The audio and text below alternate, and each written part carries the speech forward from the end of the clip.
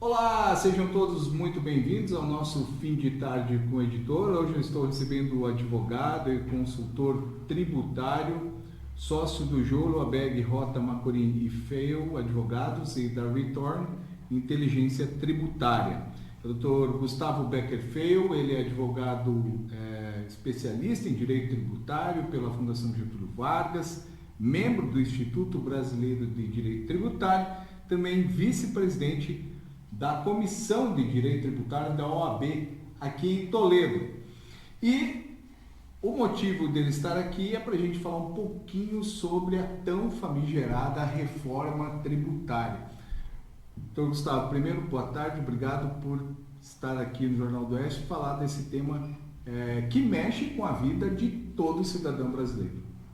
Boa tarde, Márcio. Agradecer o espaço, o convite, tratar um pouquinho hoje da reforma tributária.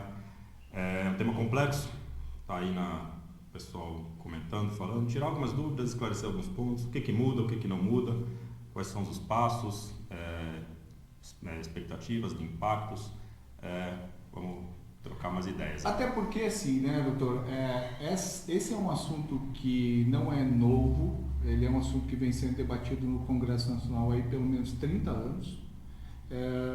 E aí eu queria começar, antes da gente entrar nas questões especificamente técnicas da reforma. Essa é uma reforma que ela demorou por ser muito técnica ou por ser muito política na sua avaliação? A principal barreira é política. Então nós temos... Qual é a reforma em andamento hoje? A reforma acaba com PIS/COFINS, que são tributos federais, e ela tira a autonomia de estados e municípios para legislar e dispor sobre ICMS e Imposto sobre Serviço. Então a principal barreira sempre foram governadores e prefeitos. Por quê? Porque eles vão perder a autonomia de dar regimes especiais, de estabelecer tributação diferenciadas para certos itens, para certos setores. Então nós temos, por exemplo, a economia do Paraná é diferente da economia da Bahia. Isso a reforma, de certa forma, vai unificar. E nós vimos muito isso na batalha dos automóveis, né? Das indústrias automobilísticas, onde um Estado oferecia um desconto maior da ICMS para atrair investimentos. Isso tende a acabar. Tende. Essa era a guerra fiscal que a gente chamava, né? Então, os Estados abriam mão de arrecadação, concedendo benefícios fiscais para setores, por exemplo, Bahia, setores montadores de veículos. Então, isso acabava por tirar a receita dos estados, um competindo com o outro, um cada vez avançando mais, concedendo mais benefícios. Isso reduzia a arrecadação, tinha um efeito prejudicial nas contas do governo estadual. Isso tende a ser diminuído com a reforma. Por quê? O governador justamente não vai ter essa autonomia para dar o benefício para um setor só. Ele vai poder ter uma alíquota menor do que outro estado, mas ele vai ter que pensar muito bem, porque essa alíquota vai valer para todos os itens. Então ele não pode pensar um item, escolher um item específico para dizer, não, a carne de porco vai ser mais barata. Então não, se ele reduzir a alíquota vai valer para todos os itens. Então isso o impacto é muito grande e vai ter que ser muito bem calculado. E isso vale também para os municípios? Para os municípios também. Estados e municípios vão passar a ter um imposto único, né? Hoje o estado tem o ICMS, corresponde aí a praticamente 80% da arrecadação estadual. Municípios têm o ISS, Imposto sobre Serviço, e aí depende do perfil da economia local, basicamente 20% da arrecadação. ICMS e ISS vão acabar e vão ser unificados no Imposto sobre Bens e Serviços, que vai ser um imposto que vai dar o financiamento para estados e municípios. Esse Imposto sobre Bens e Serviços vai ser único e vai ser gerido e arrecadado, distribuído por um comitê nacional. Então, o prefeito ou o governador ele não vai ter autonomia nessa arrecadação e cobrança. Ele vai receber o recurso e aplicar o recurso na... Doutor Gustavo, esse não é um imposto, não é uma novidade. Vários países do mundo adotam esse tipo de imposto. Mas houve muita polêmica, muita reclamação, justamente por essa perda de arrecadação. E aí eu lhe pergunto, foi uma reforma tecnicamente boa em relação àquilo que nós tínhamos? Porque quando se fala de tributação no Brasil é um absurdo, né? É um emaranhado total. Foi uma reforma tecnicamente possível ou ela poderia ter sido um pouco melhor, não houvesse tanta ingerência política nas discussões? A gente tem que partir do cenário atual. É lógico que a reforma sempre poderia ter pontos melhores, poderia ter sido mais debatida. Ela foi votada com certa pressa, não passou por comissões dentro da Câmara e tudo isso. Mas qual é o cenário atual? O cenário atual é muito ruim. É extremamente complexo você lidar com a tributação, principalmente de ICMS no Brasil atual. Nós temos estados, cada estado e Distrito Federal tem autonomia para fazer as regras próprias, para dar alíquotas próprias para cada item específico, regimes especiais, renúncias, substituição tributária. O ICMS é muito ruim. E o PIS/COFINS também, o PIS/COFINS ele é até federal, é um regime único no Brasil inteiro, mas o PIS/COFINS também é muito complexo. Então, hoje, além das empresas pagar muito imposto, elas pagam muito para pagar muito imposto certo. Elas têm que contratar um departamento fiscal muito grande, com pessoas muito qualificadas, senão vai ter problema, vão ter declarações erradas que vão gerar multas, passivo, discussão. Elas precisam contratar advogados, consultores, elas precisam ficar muito atentas com o que está sendo discutido no Supremo Tribunal Federal, porque, por exemplo, se hoje eu sou uma empresa que fica parada e meu concorrente tomou uma decisão certa, um movimento certo de ajuizar certa discussão tributária, isso reflete no preço dele. Ele tem um produto mais barato que o meu, ou a margem dele é melhor, mais competitivo.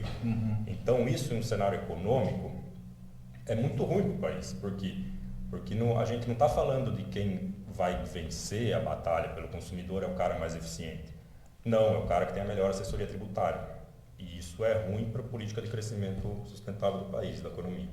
Essa reforma, ela entra em vigor, tem um prazo, ela vai ser escalonada, como é que vai funcionar na prática?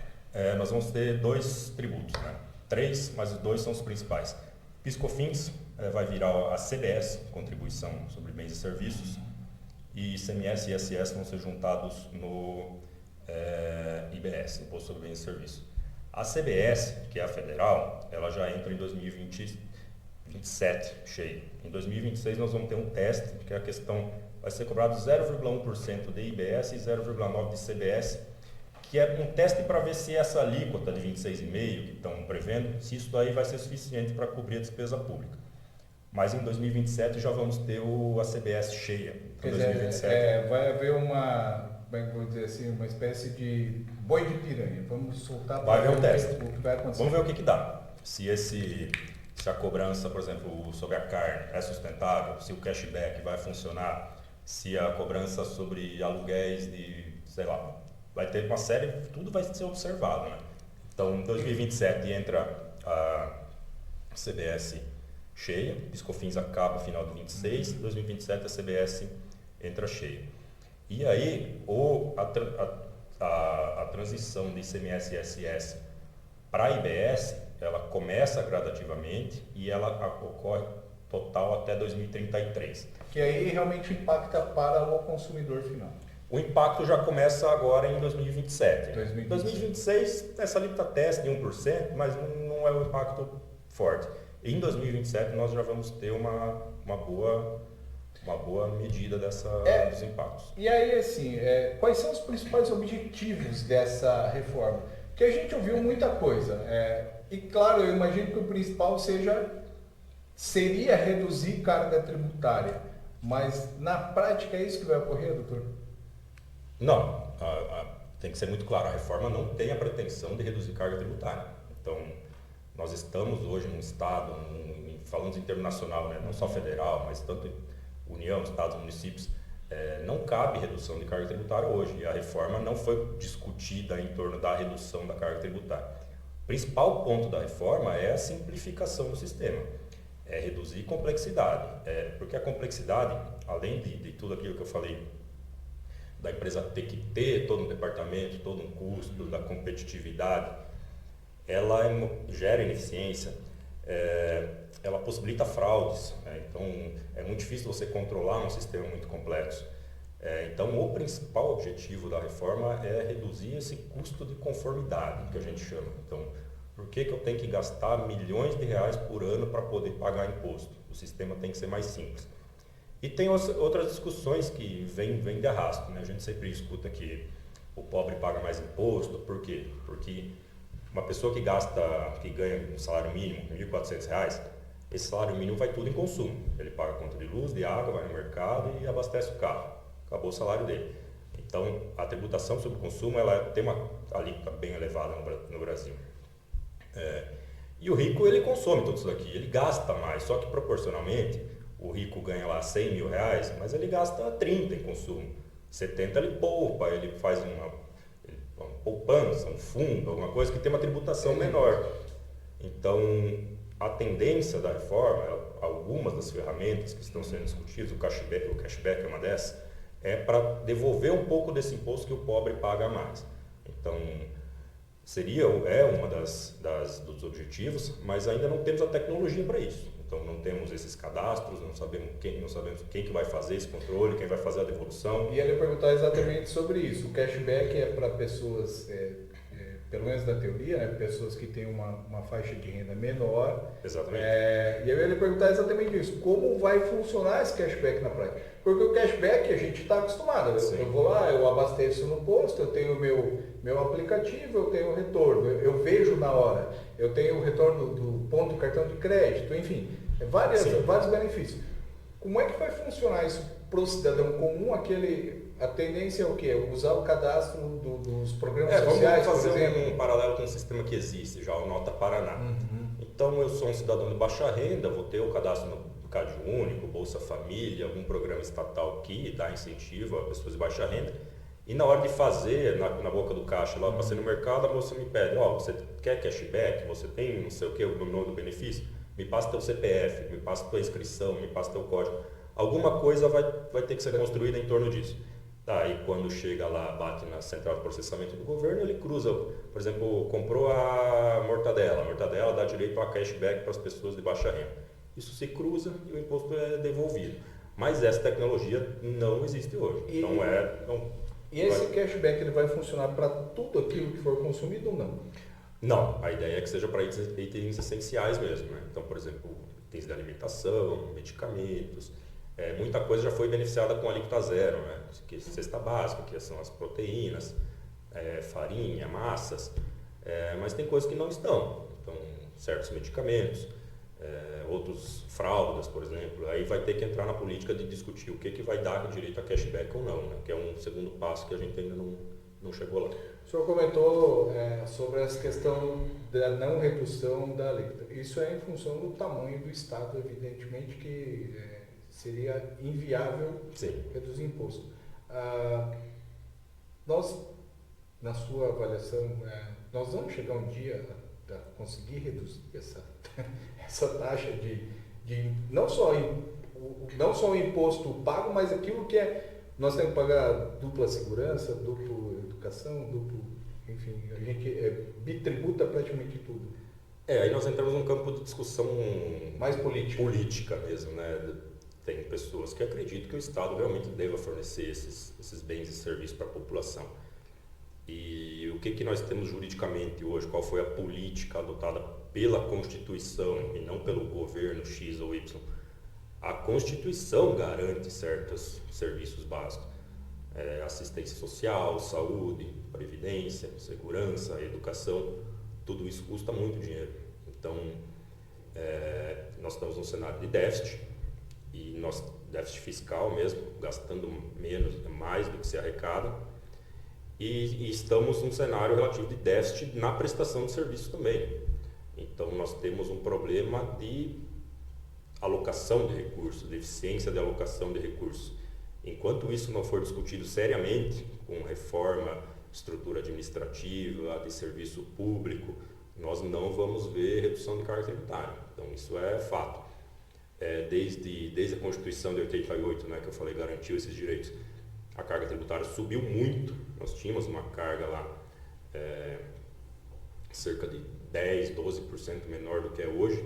Então, a Constituição veio, garantiu esses direitos sociais, e o Estado foi tendo que criar mecanismos para financiar isso daí. Tanto que a gente está falando de PIS/COFINS vai acabar. O que é o PIS/COFINS, né? Que são 2 tributos, mas a gente chama de um só. São contribuições sociais para bancar esses gastos de saúde, assistência, previdência. Então, corresponde hoje PIS/COFINS para aproximadamente 25%, 27% da arrecadação federal. É muito dinheiro.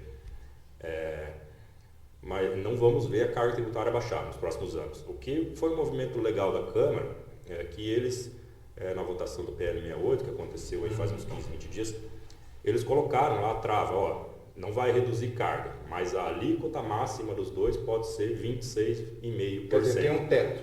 O governo estava falando, né, o Ministério da Economia, vai ficar entre 25% a 28%, a gente não sabe. A Câmara chegou, não, vai ser até 26,5%. Vamos começar com isso daqui. Se precisar ser revisto, a gente vai ter que aprovar outro lei complementar. É uma nova discussão. Sim. Na sua visão, a tendência é a gente reduzir um pouco, porque zerar eu acredito que é impossível, mas reduzir um pouco a questão da sonegação de impostos? Sim.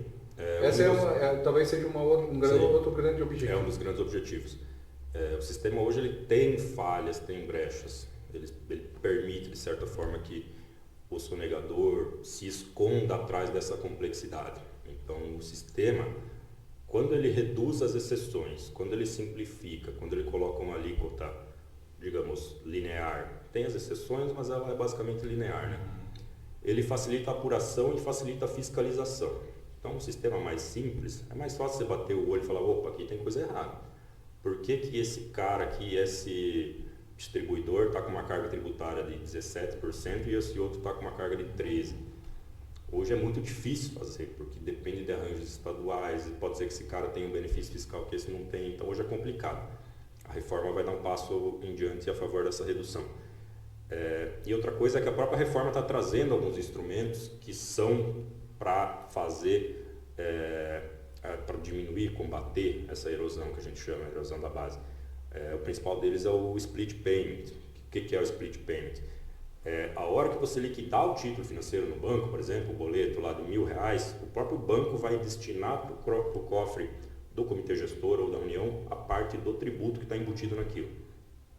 Como que funciona hoje? Hoje eu emito um título de R$1.000, eu recebo esses R$1.000 no meu caixa e daqui 30 dias, no final do mês, no mês seguinte, eu vou lá e faço o recolhimento, eu tiro da minha conta e jogo para a conta do governo. Isso permite que se eu quiser ficar 2, 3, 5 anos sem fazer esse repasse, eu consigo. Mas a partir do momento que isso aqui é retido na fonte, que o próprio banco faz a destinação, acabou com essa possibilidade de eu ficar devendo, cenários que a gente vê hoje, grupos que devem 2, 3, 5, 10 bi. Por quê? Porque simplesmente falam, eu declaro o tributo, certo, eu te devo, mas não faz o repasse, não paga. Entendeu? Eu devo, não nego, pago quando puder. Exato. Na prática é isso. Sim, a gente vê políticas de... Por que muita gente faz isso? São estruturas, então, às vezes o empresário decide, não, eu preciso captar recursos, estou passando por uma crise, não vou pegar dinheiro do banco a 3,5%, 4%, vou deixar de pagar o imposto. Depois lá na frente sai um refis, eu parcelo, com desconto de multa, juros. Então essa é uma política que foi adotada aí nos últimos 15, 20 anos por empresas, né? Doutor, outro ponto que causou bastante discussão foi a questão da agroindústria, o tal do município produtor e o município consumidor. Havia uma preocupação e muitos municípios aqui da nossa região, Toledo, Marechal, Cascavel, né, embora Cascavel hoje já esteja num patamar um pouquinho diferente, mas municípios menores, onde se depende muito da questão da produção agrícola, o impacto dessa reforma. Isso foi ajustado, foi melhorado essa questão, como é que ficou? A tendência da reforma é destinar a arrecadação para onde bem é consumido. Então, é o padrão internacional já destinar a maior, se não tudo, mas a maior parte do produto da arrecadação para o local onde o bem é consumido, onde tem maior fluxo de bens, de pessoas. Por quê? Porque, por exemplo, vamos pensar pelo Cascavel, né? Quem que consumiu mais em Cascavel? Quem que demandaria mais recursos? Quem tem mais pessoas, demanda mais políticas públicas? Cascavel. Mas isso tudo vai entrar, a gente não tem muito claro ainda como será a repartição da receita nessa questão do comitê gestor. Então, esse é um dos pontos centrais da reforma. A gente começou falando das resistências, né? Por que demorou tanto tempo? Porque mexe na autonomia dos entes, né? Então, dos estados e municípios. Essa parte ainda não está bem clara. Tanto como que vai ser composto esse comitê, quem que vai determinar a repartição, qual vai ser o critério, se é por população ou se é por consumo. Então, isso não está bem claro. Isso está em tramitação no outro PL, no PL 108, que ainda está em discussão na Câmara. Né? Provavelmente vai ser movimentado aí no segundo semestre. Mas qual é esse impacto na agroindústria, né, de um modo geral? O impacto da reforma na agroindústria, nós temos, ela vai impactar bastante, principalmente a gente vai ter que pegar o início da cadeia, né, produtor rural. O produtor rural hoje, ele basicamente paga imposto de renda, ele não paga ICMS, porque a produção dele, o ICMS dele é todo postergado para o momento em que a indústria vai vender essa produção. Né? Então, fabriquei lá, produzi soja, isso vai virar ração, que vai virar carne, que vai virar uma pizza. Daí, quando o mercado vender a pizza, ele paga toda essa cadeia. Isso vai mudar um pouco. O produtor acima de faturamento de 3 milhões e 600 por ano, ele vai estar sujeito a isso daqui. Ele vai ter que pagar esses 26,5 na saída dessa produção, só que ele vai poder fazer todos os créditos de insumos agropecuários, sementes, óleo diesel, eventualmente trator, maquinário que ele comprou. Então, o impacto imediato aqui na nossa região, o produtor rural vai ter que se preparar. Então, ele vai ter que se tornar uma empresa. Vai ter que uma empresa agrícola, é isso? Vai ter que passar a ter uma contabilidade como se fosse uma empresa de médio porte. Não vai ser a contabilidade que a gente vê hoje, que é feita na atividade rural, que o pessoal paga um lucro presumido, que a gente chama, né, 5%. Vai ter que se otimizar, vai ter que profissionalizar. E isso não passa só pelo produtor. Os próprios escritórios de contabilidade vão ter que se adequar a essa nova realidade, atender produtores rurais e fazer a entrada de nota como se fosse uma empresa. Então, esse é o primeiro impacto. O produtor rural vai estar sujeito. Então, isso repercute em preço de produto para a agroindústria. Então, vamos pensar, produzir a soja, entreguei para a agroindústria, que vai produzir a ração. Tudo isso vai gerando, a carga tributária vai seguindo a cadeia. Né? Então, vai gerando, eu vendi com débito, mas eu gero um crédito para a cadeia seguinte. O impacto em preços, esse tipo de coisa a gente não sabe ainda. A gente vai ter que sentir lá em 2026. A gente já está simulando cenários daqueles itens da cesta básica, os itens que têm a redução de alíquota para 40%. Nesses cenários, nesses produtores, por exemplo, frigoríficos, que foram beneficiados com a alíquota zero, nesse cenário a carga tributária reduziu muito. Eles foram muito beneficiados. Então, hoje eles têm uma carga tributária negativa, né? Eles não pagam tributos, eles são credores de tributos, e eles vão passar a ser credores num nível muito maior. Cerca de 5 a 6 vezes mais créditos eles vão acumular. E um ponto muito importante nesse aspecto de ser credor de tributos é que esse imposto vai passar a voltar em dinheiro para esse contribuinte. Hoje isso já acontece no PIS/COFINS, né, que é o federal, mas os estados hoje, que é o ICMS, que é o mais pesado, os estados não fazem essa devolução. Eles põem barreiras, eles dificultam que eu transmita esse meu crédito para terceiros. Com a reforma, esse crédito de IBS também vai voltar em dinheiro para os contribuintes. Então, aqueles contribuintes agroindústria aqui da região que produzem carnes. Vamos pegar um exemplo aqui da nossa BRF, por exemplo, né, que ela é produtora de carne, ela já se beneficia, ela vai acabar tendo um benefício ainda maior, é isso? Na carne, sim. Mas aí a gente tem que, a BRF produz o que? Ela produz carne, ela produz defumados, salame. A gente está falando da cesta básica na carne. Então a gente tem que calcular toda a carne. Vamos pegar lá o frango, né? Sim. O popular frango, é isso? Sim. Ou a carne suína. A carne in natura, a carne que não foi transformada em outra coisa. Então que não virou um presunto, não virou um patê. É matar o frango, depena e vende. E vende. É isso. Vende o peito de frango no pacotinho. Esse melhora. Só que a mesma empresa ela faz o frango do pacotinho, ela faz o frango temperado, ela faz a lasanha de frango, ela vai agregando valor. Nesses itens pode ser que aumente. Então, qual que é a análise que as empresas, principalmente as grandes empresas, têm que começar a fazer? Já tem que começar a calcular a carga tributária desse item a item. E não só carga tributária, cadeia de fornecedores e cadeia de clientes, né? Como que isso vai impactar? De quem que 2027, CBS, eu posso continuar comprando do pequeno produtor rural que vai me vender sem crédito, ou eu preciso comprar só do grande produtor rural que é o acima de 3.600 para vir com crédito? Posso ter fornecedor do Simples Nacional que vai vir sem crédito, ou meus fornecedores a partir de 2027 vão ter que todos estar fora do Simples Nacional para eu ter 26,5 de crédito?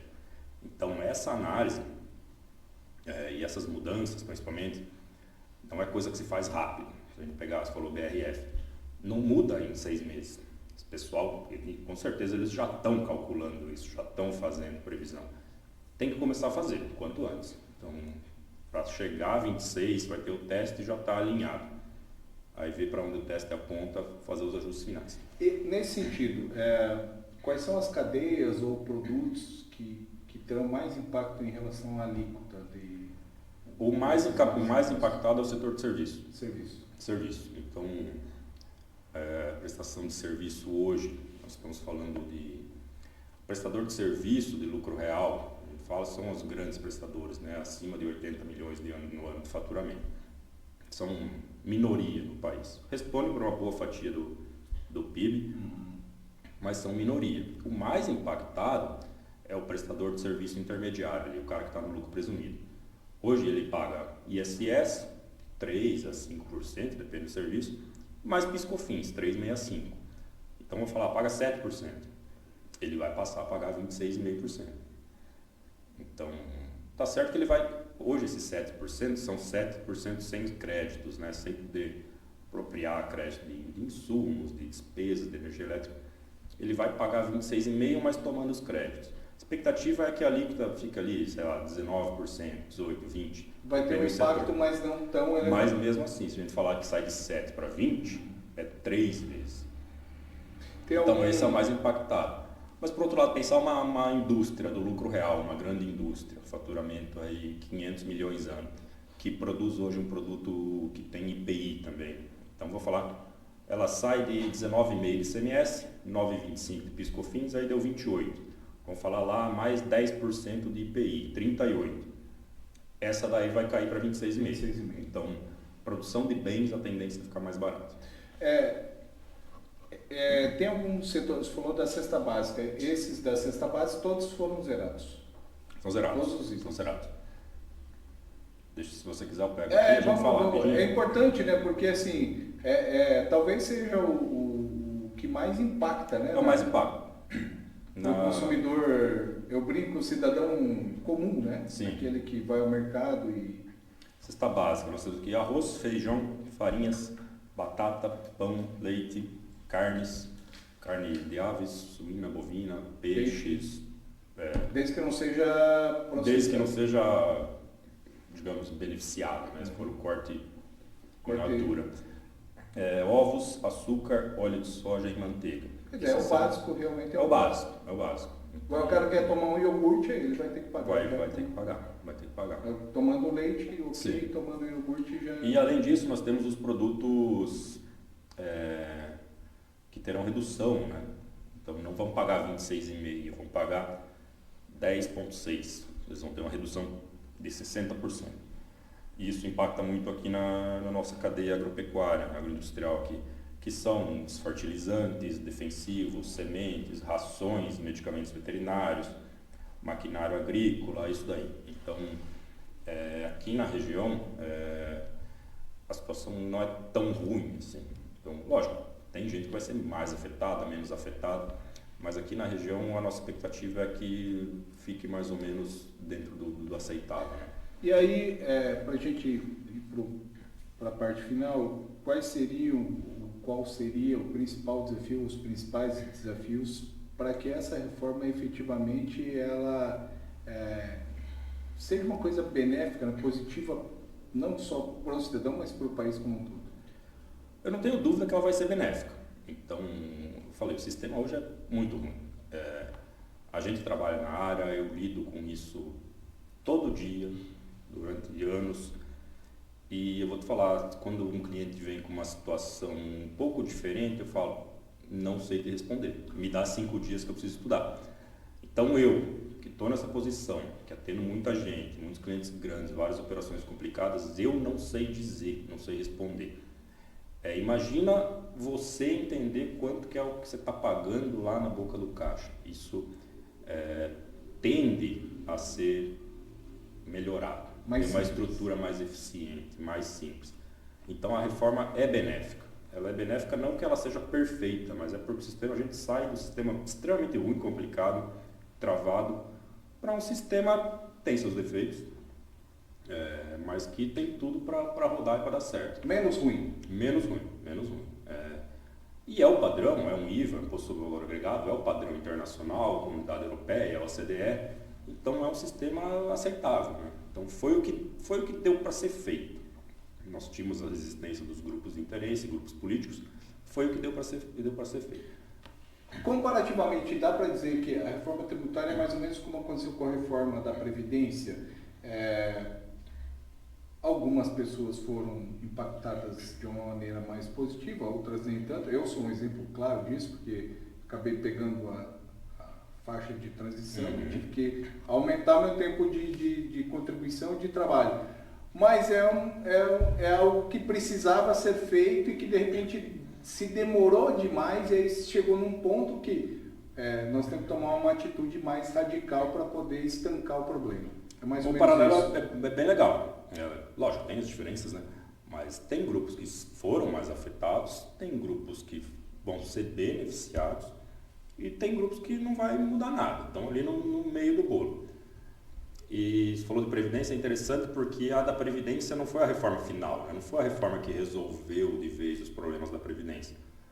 E não é nem isso que vai acontecer na reforma tributária. A gente está falando da reforma da tributação sobre o consumo.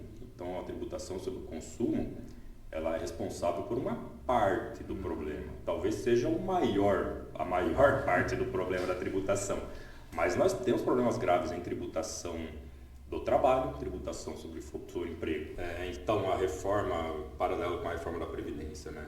A reforma da Previdência foi uma etapa importante para resolver um problema e a discussão da reforma tributária é no mesmo sentido. Não é a solução final para o problema de complexidade tributária no país.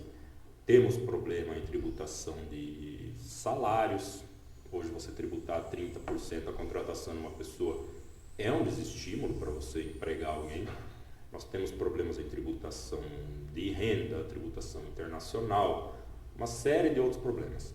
A reforma tributária resolve uma parte do problema, talvez seja o maior problema realmente, a complexidade do ICMS, do PIS/COFINS. Mas já o governo já adiantou e já todos sabemos que a partir do momento que ela for regulamentada, que estiver sacramentada, isso daqui, projeto aprovado, o governo vai tentar mexer em tributação de imposto de renda. Vamos ver aí provavelmente uma proposta que aumente a tributação de pessoas de maior poder. Então tudo isso daí vai vir na sequência, mas a reforma mexe num ponto que era muito importante, muito ruim na tributação brasileira. Muito bem. Quero agradecer a presença do Dr. Gustavo Becker Feio, que ele é sócio do Giolo Abeg Rota Macurim Feio Advogados e também da Return Inteligência Tributária. Doutor, muito obrigado. Realmente é um tema complicado, como tudo que envolve administração pública no Brasil, né? A gente teria assunto para umas 3 tardes aqui. Temos uma passada por cima, mas a expectativa é boa. O sistema hoje é muito ruim, a reforma que foi aprovada tende a simplificar o sistema, tende a otimizar a tributação sobre o consumo e vamos acompanhar aí o desenrolar da regulamentação. Está aí, então, esse foi o nosso fim de tarde com o editor de hoje, falando sobre reforma tributária com o Dr. Gustavo Becker Feio. Não deixe de ativar as suas notificações, acompanhe as principais notícias do dia no nosso site, jornaldoeste.com.br e também a nossa versão impressa. Uma ótima tarde a todos, até a próxima.